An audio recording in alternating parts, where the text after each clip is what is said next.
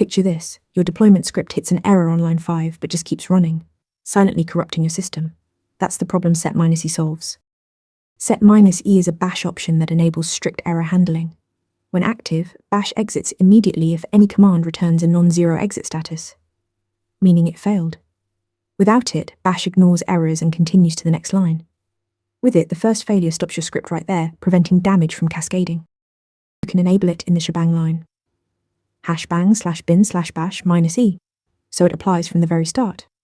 Or add set-e anywhere in the script body. To temporarily allow a command to fail without stopping execution, use set+e. Here's where it gets tricky. Set-e has real limitations. Commands that fail in the middle of a pipeline, not the last one, won't trigger an exit. Neither will commands in if conditions, double ampersand chains, or double pipe expressions. Subshells and functions can also behave differently. For tighter control, many teams combine set-e with set-o pipefail to also catch failures inside pipelines. Set-e is your safety net for CI and deployment scripts.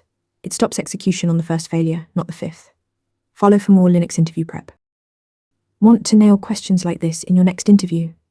Interview Mentor gives you hands-on practice with real questions. Every answer gets a grade with specific, personalized feedback. Track your progress across topics and difficulty levels.